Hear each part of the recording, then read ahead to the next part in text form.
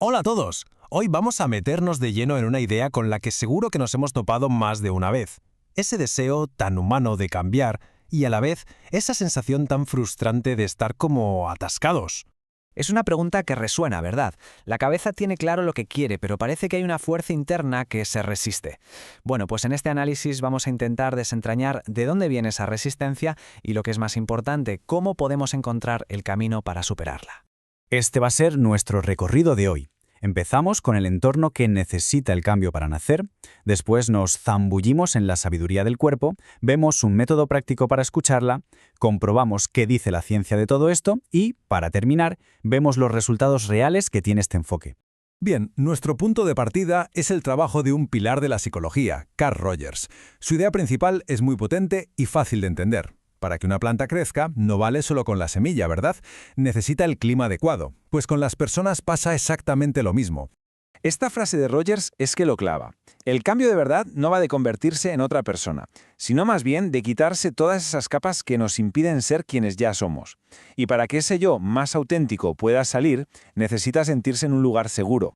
Y Rogers fue muy concreto. Identificó 3 condiciones clave para crear este clima emocional.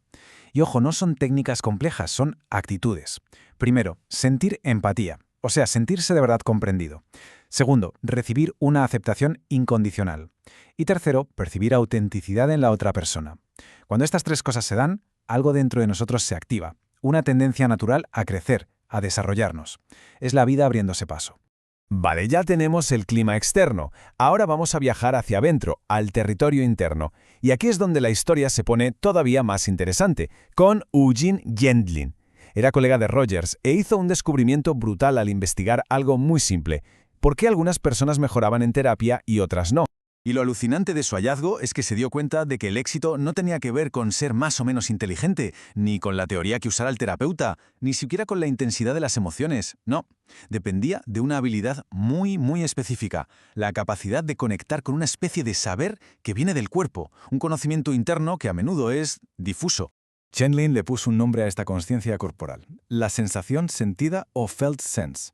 A ver, para que nos entendamos, es como ese nudo en el estómago cuando algo no va bien, o esa ligereza en el pecho cuando se ha tomado la decisión correcta. No es solo un sentimiento, es una sensación física que de alguna manera contiene toda la información de una situación, mucho antes de que la cabeza pueda ponerse a analizarla. Justo. Esta sensación es corporal y está ahí, en la frontera entre lo que sabemos y lo que no sabemos que sabemos. Al principio es vaga, sí, pero si le prestamos atención, se abre y empieza a revelar su significado. Es básicamente una puerta de entrada a nuestra sabiduría interna, y como vamos a ver, es la clave para un cambio que de verdad perdure. Muy bien, saber que esta sabiduría corporal existe es un gran paso, pero ¿cómo accedemos a ella a propósito? Pues para eso Gendlin desarrolló un método súper claro, que se puede aprender y que llamó focusing. A ver, el focusing no es ponerse a analizar las cosas con la cabeza, para nada. Es más bien como un diálogo amable con nuestra propia experiencia corporal. El proceso, que aquí se ve en 6 pasos, va de crear un espacio interno de calma, dejar que surja esa sensación sentida y luego buscarle un asidero, que puede ser una palabra o una imagen que encaje con ella. Este asidero sirve para mantener el contacto con la sensación sin que nos abrume, y a partir de ahí se le hacen preguntas con curiosidad y simplemente se recibe lo que venga, sin juicio alguno. ¿Y cuál es el resultado de todo esto? Pues algo que Gendlin llamó un cambio sentido. Y es que es literal. Es una liberación que se siente físicamente en el cuerpo. Es como si ese nudo en el estómago de repente se aflojara. Y con esa liberación física viene, de regalo, una perspectiva totalmente nueva del problema. La situación de fuera no ha cambiado, pero ¿cómo la vivimos por dentro? Sí. Y eso, claro, lo cambia todo. Durante muchos años todas estas ideas se quedaron en el campo de la psicología humanista. Pero lo más fascinante es que hoy la neurociencia moderna no solo les da la razón, sino que nos está explicando los mecanismos biológicos que hay detrás de todo esto. Mirad, aquí se ve el puente clarísimo. Lo que Gendlin describió desde la experiencia, en primera persona, como la sensación sentida, la neurociencia lo describe desde la biología como interocepción. Son 2 idiomas distintos para hablar del mismo fenómeno, la capacidad de percibir lo que pasa dentro de nuestro cuerpo. La interocepción es, podríamos decir, nuestro sentido interno. Es el currazo que se pega al sistema nervioso para monitorizar sin parar todo lo que ocurre dentro de nosotros. Y ahora sabemos que esta información no es solo para sobrevivir, es que es fundamental para nuestras emociones, para cómo tomamos decisiones y para nuestra salud mental en general. Y esto no ocurre de forma aislada, claro.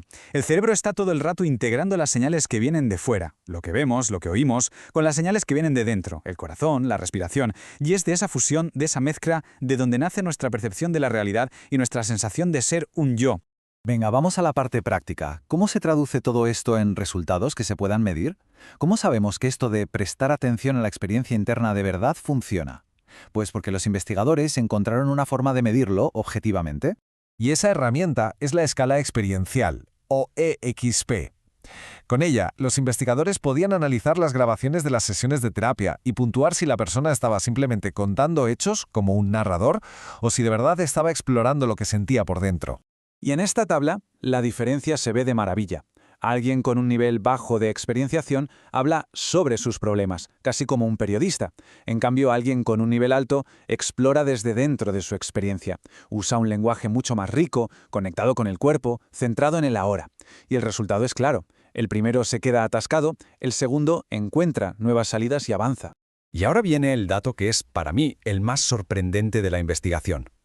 Resulta que el nivel de experienciación de una persona podía predecir si la terapia iba a tener éxito o no. Atención, ya en la segunda sesión.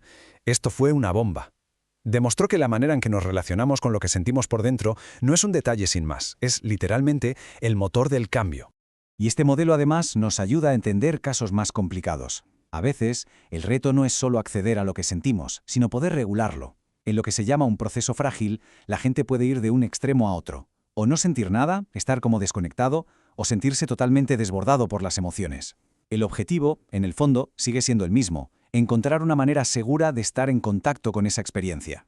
Y así llegamos a la idea central, al meollo de la cuestión que une a Rogers, a Gendlin y a la neurociencia. La transformación de verdad, la que se queda, no es un simple ejercicio mental. No va de obligarse a pensar en positivo.